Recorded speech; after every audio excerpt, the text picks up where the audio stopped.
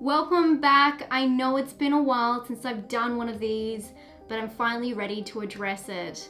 The moment, in fact, like the 2 seconds, is that even 2 seconds? 1 second clip in this film that possibly I like this remake more than the original.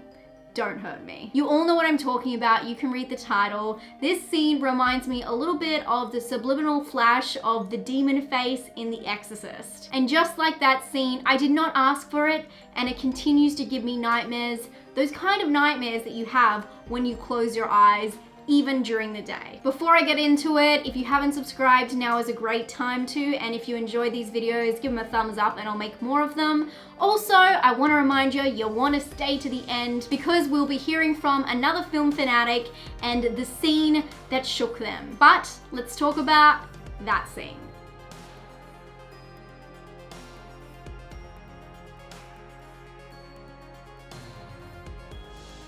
The Ring is a film that surrounds the dire situation of an American journalist named Rachel, played by Naomi Watts. Her character is closely connected to a mysterious death that turns out to be somewhat of a, let's say, chain letter. And when Rachel gets involved, she needs to find out the truth behind the law before it's too late. The 2002 American remake of the Japanese classic Ringu has several iconic scenes, symbols, and cues. Timing.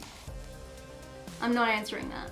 When most people think of the movie, it's usually the scene where Samara finally gets with the technological age and crawls the hell out of the TV. But when you ask horror fans, you'll usually find that the real scare came well before the peak of the film, which is probably why it scarred me. I really do believe that this could be one of the greatest remakes of our time. And you know what?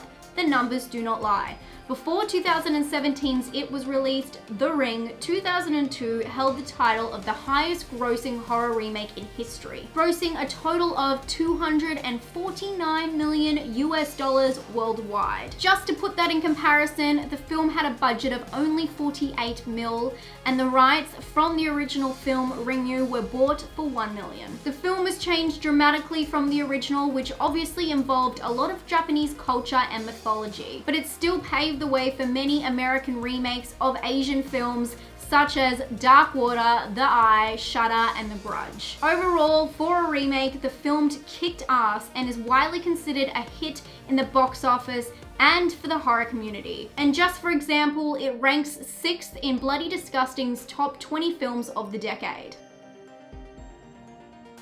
Lead-in knowledge for this film, you don't need to know much, but what you do need to know is Rachel is a journalist and she is attending her niece Katie's funeral. She is having a conversation with Ruth, Katie's mum, and her sister in the kitchen about Katie's final moments and the mystery surrounding her death. Panning up, the camera reveals a grieving mother cleaning dishes in her kitchen at her daughter's wake. The tones are overwhelmingly cold and green with an emphasis on black in the shadows. Katie's mother Ruth tells Rachel about how things have been since her daughter's death. We see Rachel has her wall up and is actively avoiding eye contact as she is passing dirty dishes to her grieving sister, disconnecting herself from the situation and emotion. Rachel walks back, leaning on the kitchen island behind her sister, and Ruth continues to reveal details of Katie's death. Blocking creates distance between the characters. Ruth remains sharply in the foreground, and Rachel watches over helplessly out of focus. Ruth puts down a dish and turns to confront Rachel. In this moment, she is reaching into Rachel in hopes for an answer. "She was close with you," Ruth says. "And Aiden," Rachel replies. "She confided in you," Ruth returns with. "Yeah, but never with anything. Nothing that would explain what happened," Rachel offers. The camera now cuts in closer, revealing the raw desperation from Ruth as she asks Rachel to find out what happened to her daughter. Rachel, again distancing herself from responsibility, gives nothing. The audience is left to think, where is this going? Rachel is clearly not invested in her family or helping the situation. What is her role in all of this? And Ruth begins to beg. "Rachel, please." Then it happens. She stumbles over the words. She does not want to take it there, and you can see her lip quivers. But she is a desperate woman and she needs answers. Ruth says softly yet firmly, "I saw her face." Cut to a screeching sound effect, a roller covered door being pulled back, and Katie's decaying body curled up in the corner. Her hands are clasped, her eyes are rolling back in her head, and her mouth, it's gaping. And just to keep it extra dramatic, Katie's head falls forward. Cut back to Ruth standing in her kitchen. Rachel has not seen what Ruth has described, but in that moment, she changes. This moment is what I believe to be the turning point in the film. 4 words, "I saw her face," changes Rachel's demeanor and her disconnect from her family. Rachel does not see what we see. She has no image in her head of what Katie's face was like, but hearing her sister describe her dead daughter's face at her funeral, it's very powerful stuff. But also it was fucking terrifying.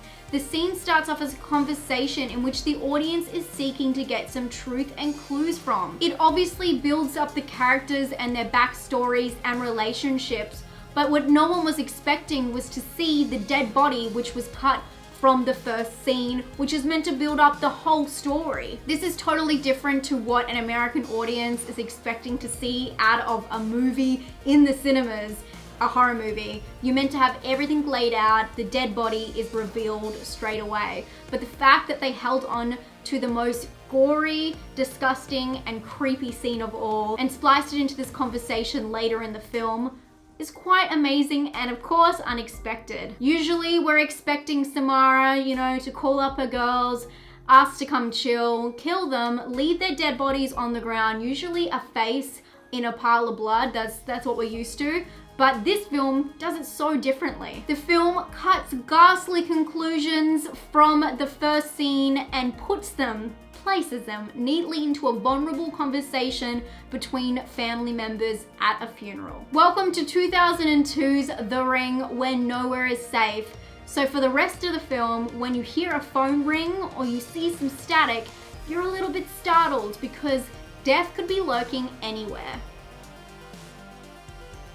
In conclusion, you may not consider this the greatest American horror remake of all time. In fact, you might not even find this film scary. What? But what you have to admit is it was unexpected and it was a nightmare in the making. I'm gonna say it was.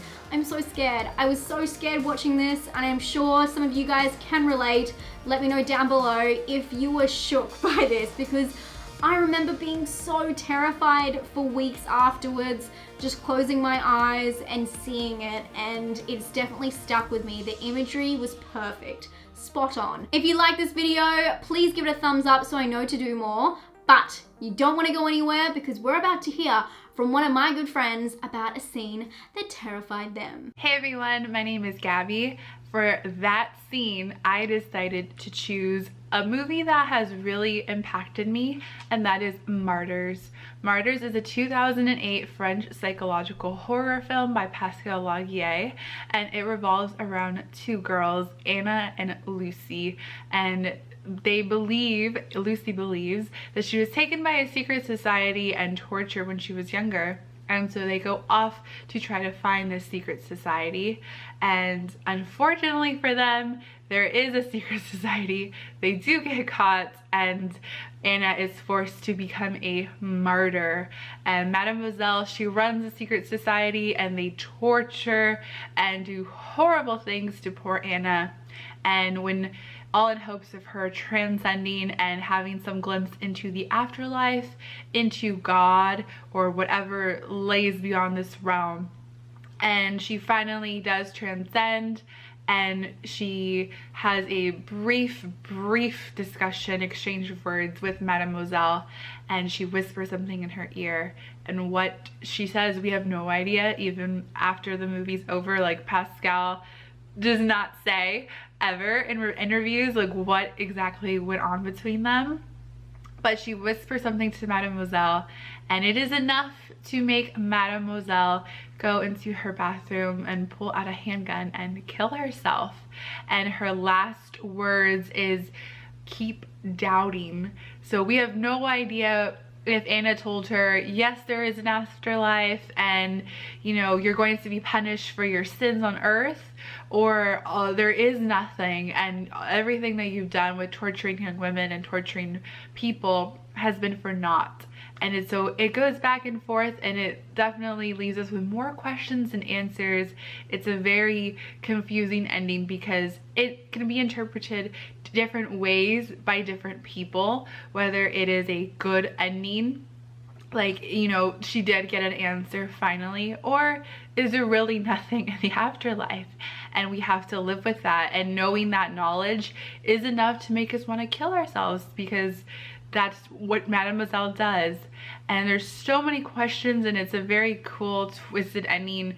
It's a very dark, disturbing movie, one of the most disturbing movies ever made, and it is an amazing film. It's a very powerful film with a powerful ending to match.